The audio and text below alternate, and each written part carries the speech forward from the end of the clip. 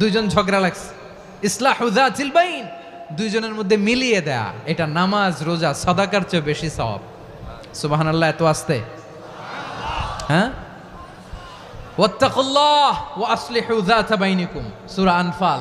আল্লাহ বলেন আল্লাহরে ভয় করো, ঝগড়া লাগলে মজা নিও না, ওয়াত্তাকুল্লাহ, আল্লাহরে ভয় করো, ফাসলিহু যাতা বাইনিকুম, মিলিয়ে দিও। তাহলে আমরা মিলায়ে দিব, রাজি আছেন তো? তাহলে আমরা এক উম্মাহ, এক উৎস থেকে এসেছি, এক দেহ এক প্রাণ, আমাদের সম্পর্ক বড় মজবুত, সীসাঢালা প্রাচীরের মতো, কেউ টলাতে পারে না, কেউ ভাঙতে পারে না, ঠিক কিনা? আবার আমাদের সম্পর্ক হলো ভাই ভাই, আমরা ঐক্যবদ্ধ থাকার জন্য দুনিয়ায় এসেছি। কেমন করে ঐক্যবদ্ধ থাকতে হয় দুনিয়াবাসীর শেখানোর জন্য এসেছি। আল্লাহ বলেন, ও নবী, শুধু মুসলমানের মধ্যেই ঐক্য গড়লে হবে না, প্রয়োজনে ইহুদি নাসারাদের সাথে ঐক্য গড়ে তোলো।